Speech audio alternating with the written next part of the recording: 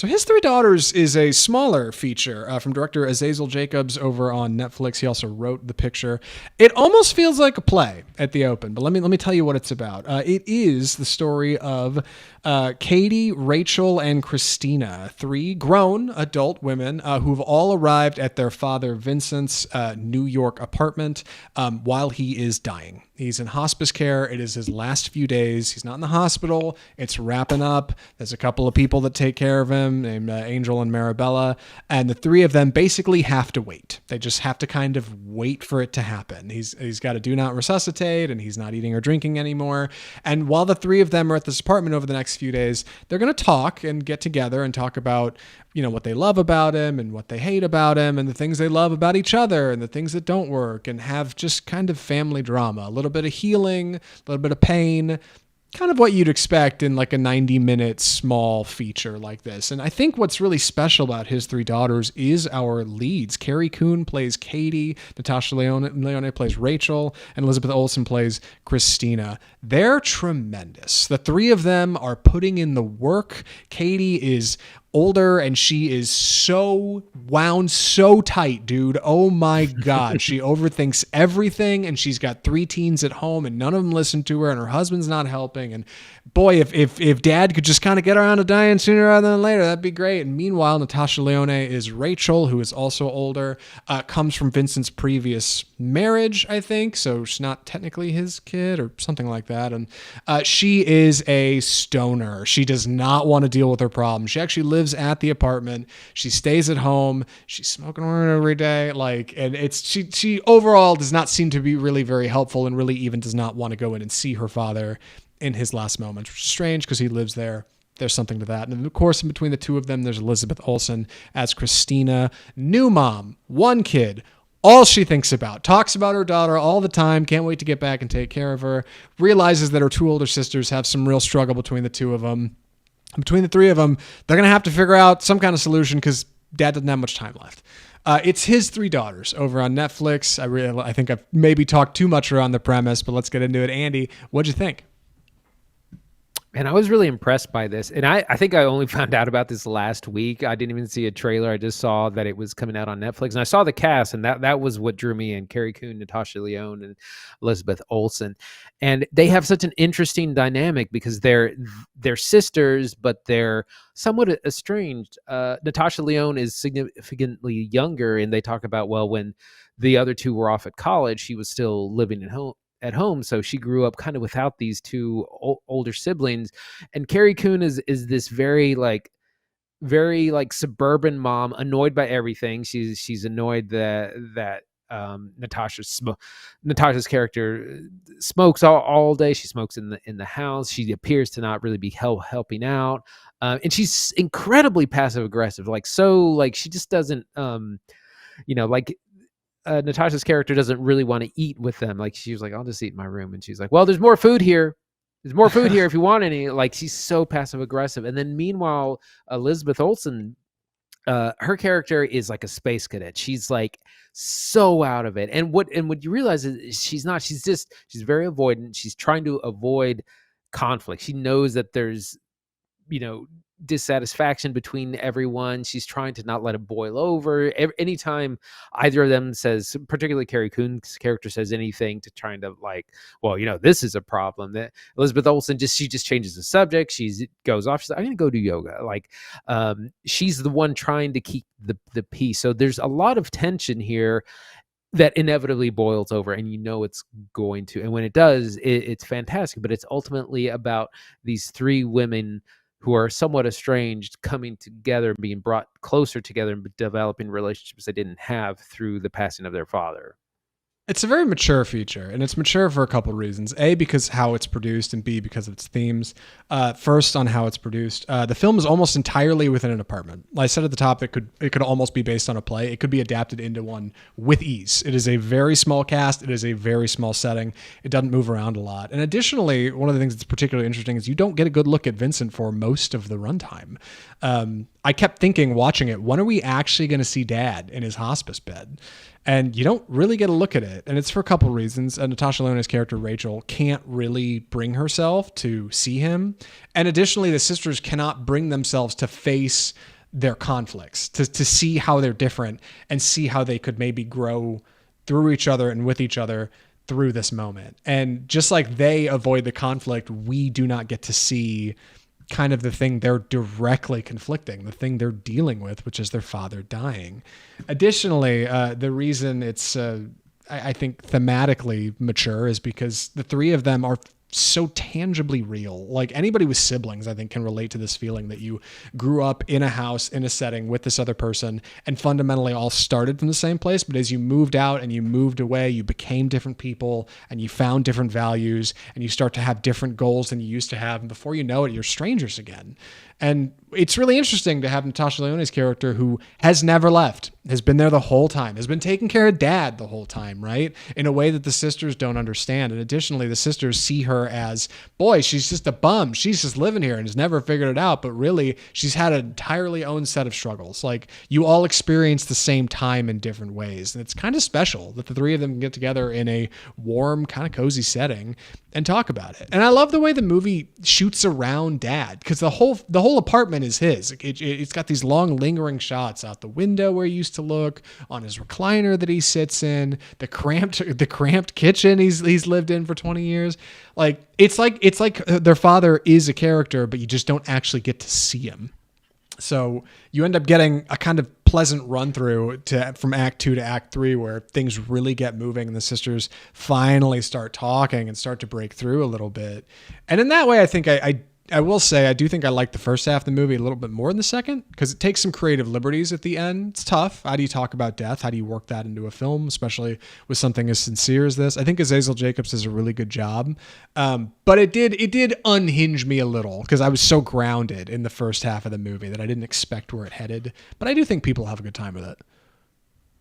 Yeah, I one of the things I wanted to talk about was how the father character, while we don't see him, we hear him, because he has this oxygen monitor on and it just beeps the whole time, and it will, it'll sound an alarm if his breathing stops. And so there's one point where we have a little bit of a scare like that, where his breathing really slows down and they all rush in there, but his beeping is always there. So he's still like a constant presence, even if we don't see him in most of the film. I also wanted to talk about like Carrie Coon's character she's the oldest. She's like kind of the mom of the group. And I can tell she's the kind of person who prides herself on just having everything put together. Like, we need to get this DNR signed. How do we get this? I got to get a doctor here. We got to get a lawyer here. But then like when you hear her on the phone, she like has no control of her family. Like she has her own daughters who do not listen to her. She's got a wild teenager who just, that she can't control and is upset that she can't control. And it's, everyone kind of has to let go of something in this movie. And it's amazing watching the process of that happen. Yeah, there's even the opening scene like sets up these three so well. And again, the three of them do such a good job. Each one of them has such a good rap on their script and their role and their importance in the story. Film opens with like this stark shot of Carrie Coon in a turtleneck, like sitting against a white wall, talking about the situation and the problems. And she's talking to her sisters. And it's just Carrie Coon and white, solid, black and white. That's what you get. That's her character. She's stiff, she's stern, she's upright. You get across the table, Natasha Lyonne. Behind her is the living room, big couch, big window, plant, television, casual, settled, right? Like she's sitting back in her chair. She's wearing a hoodie. Her hair's a mess.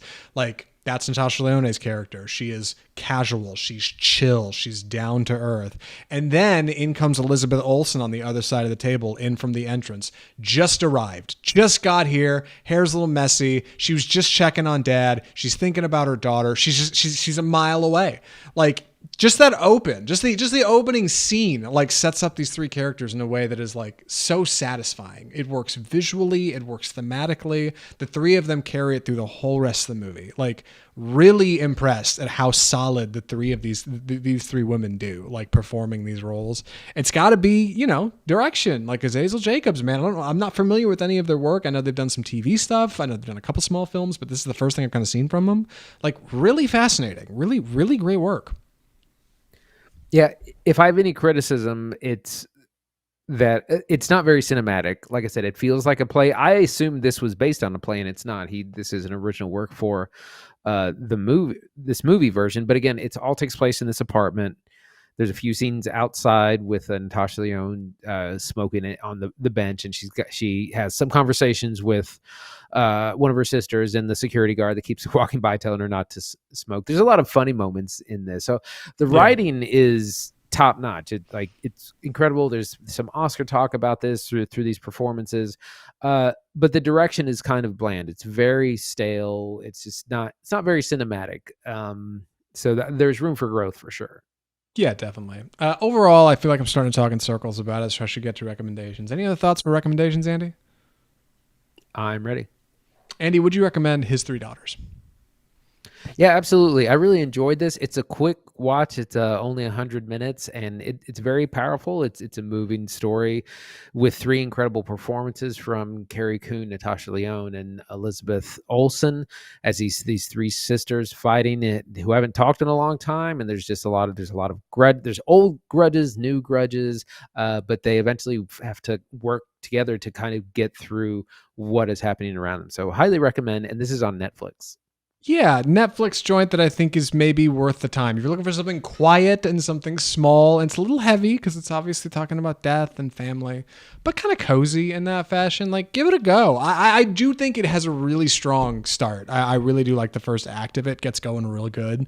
So just give it a shot, you know? Like one of the great things about streaming is you can maybe give it a break or come back or do laundry or something, but I got pulled into this really fast, much faster than I expected. I think it's worth the time. Like you should check out His Three Daughters. Not a bad time. Smaller movie. I think it's worth the time. And with that, we should wrap the episode. A lot of stuff coming up soon, Andy, but next week, I know we're back a day early because I got something going on Tuesday. We'll be back on Monday, the 30th. What are we watching?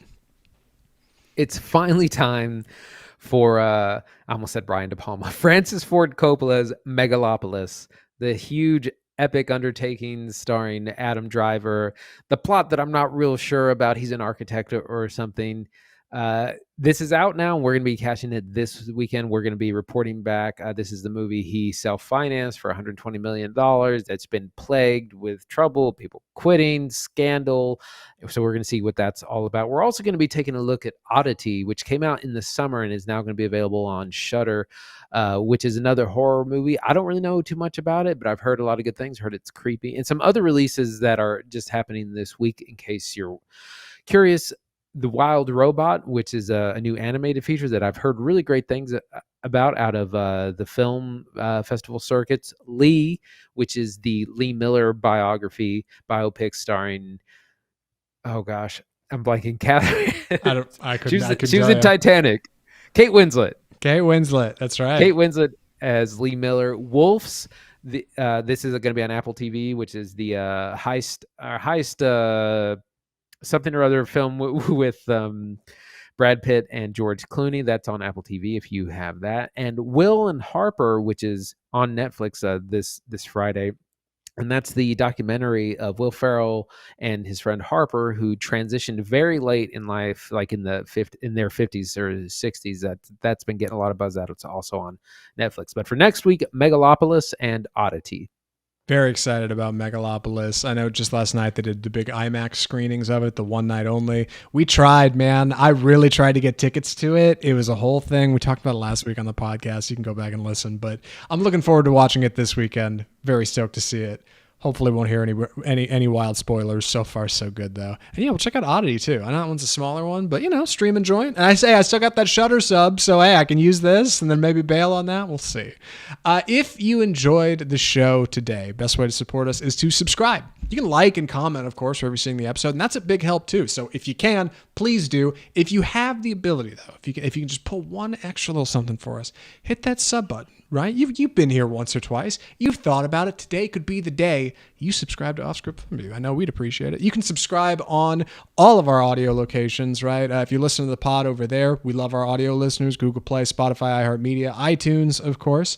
Always love the iTunes listeners. You can check us out on YouTube, where we put full episodes, individual reviews, clips, shorts.